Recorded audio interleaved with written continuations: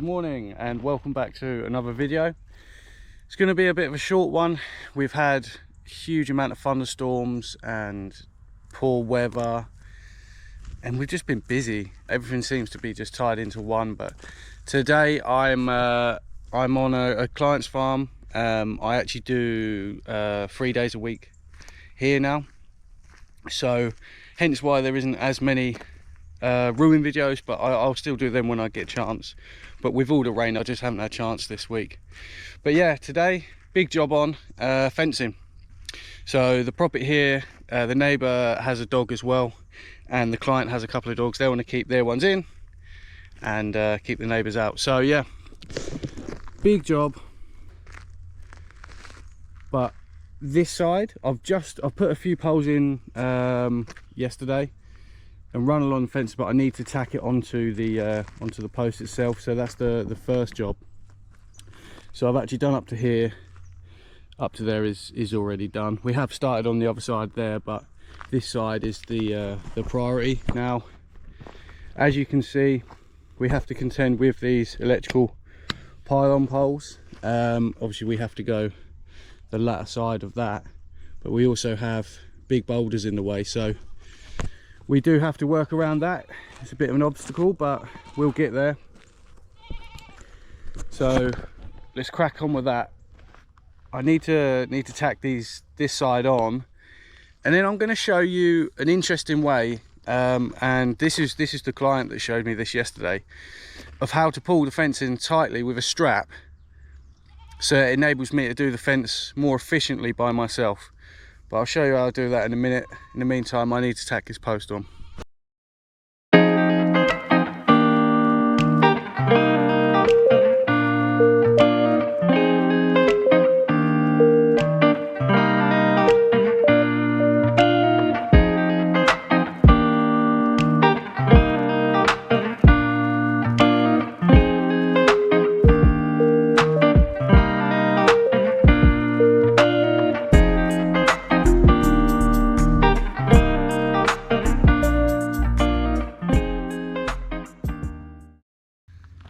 Right, so I do apologise, it's very difficult to film and sort of show this in a respectful way, but so how I'm going to do it, or this is how I shown to do it, and it worked really well yesterday. Get yourself a post or something to weave in between the fencing.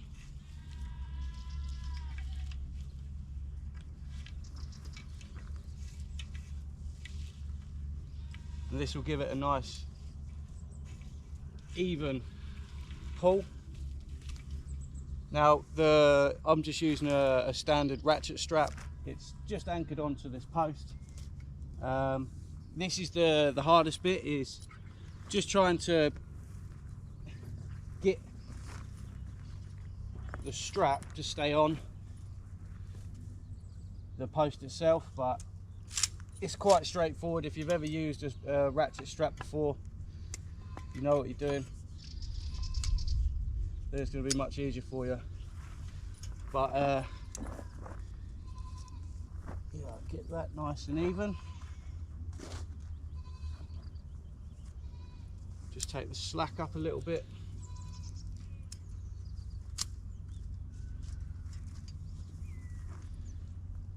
So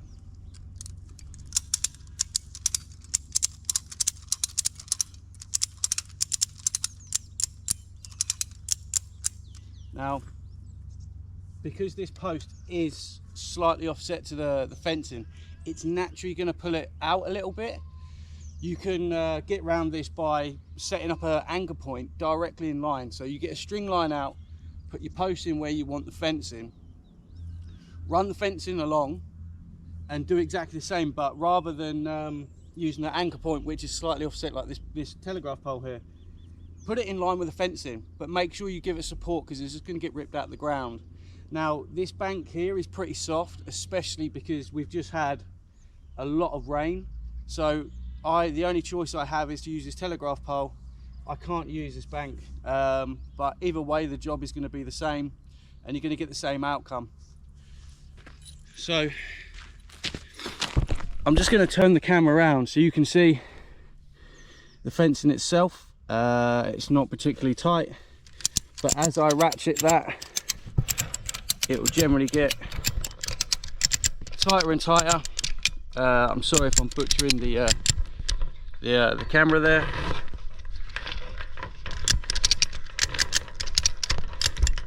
So now you can see that's got much tighter. Now the posts are slightly offset back, so I don't want to go much tighter than that.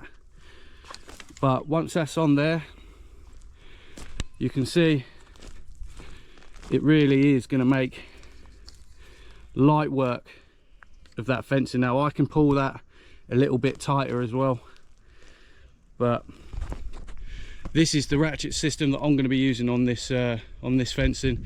It makes life so much easier. These telegraph poles, yeah, fine, they make light work of the ratchet. They're not going to go anywhere, but as you can see, that's plenty tight enough. If you've ever done fencing by yourself this way and you don't have a tractor or anything to pull the fencing tight, this is a great way. I really appreciate the client who showed me this. What a great little trick. But if you're ever stuck and you need to do it, it works fantastic. So I'm going to get on with this, and yeah, see you in a little while. All that's left to do with the fencing that I've just put in, because the posts I've already put into the ground, is just tack the fencing on. Now we have been using screws and a washer system, and the washers can go right into the corner of the fencing, screw it in. It's nice and easy, it's quick, it's strong. But if you ever need to replace a fencing, or say for example you get a dog come in and it breaks a fencing or something like that, it's easily replaceable because you can tack it back on with these tacks here. But if it's a screw and a washer, you can take it out, cut the fencing, replace it, screw it back in. It's really easy. So we're using a mixture. I haven't got any of them fixings with me today, but what I have got is these tacks. Now these tacks, they come quite wide. They're cheap and they're effective, they work well, but when they're this wide, they're prone to splitting open. So if you do buy these, just give it a little tap and just bring that distance down in between here, bring that down, and that will avoid splitting it wide open. Just something that I find that helps, and hopefully it will help you.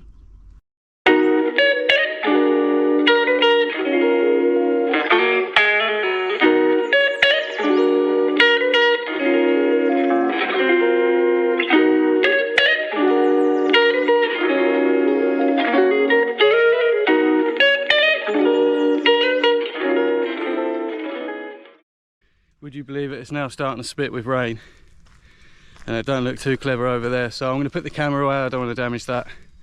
Chuck my raincoat on and just try and get as much done while I'm here. But you can see the clouds aren't looking too clever, eh?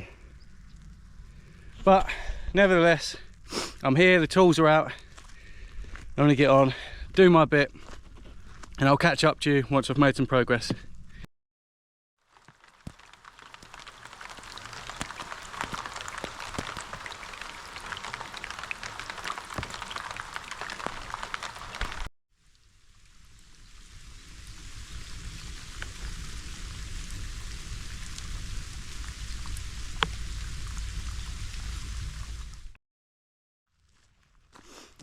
The worst thing about this rain is it's still hot.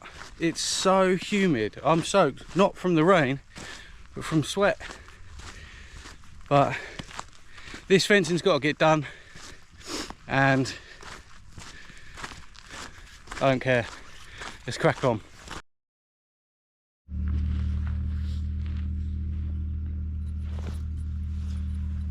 So I thought I'd just show you once more. Ratchet on.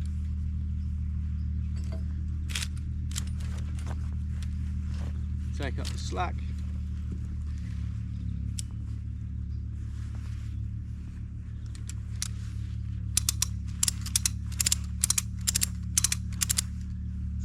Spin the camera around so you can just see how it works.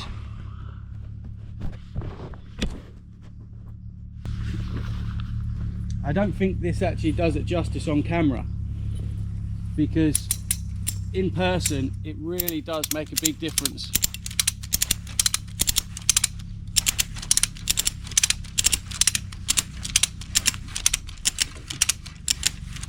So that's got some nice tension on it. Just go have a look at the fence and make sure it's not snagged, because there is some brush here. Just sort of line it up to roughly where you want it.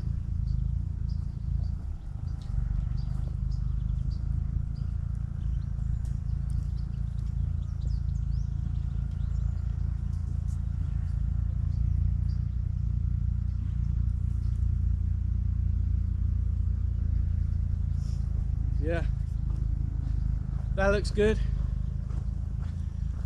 Not as good as my raincoat though. And then just chuck a bit more tension on it to where you think it's enough.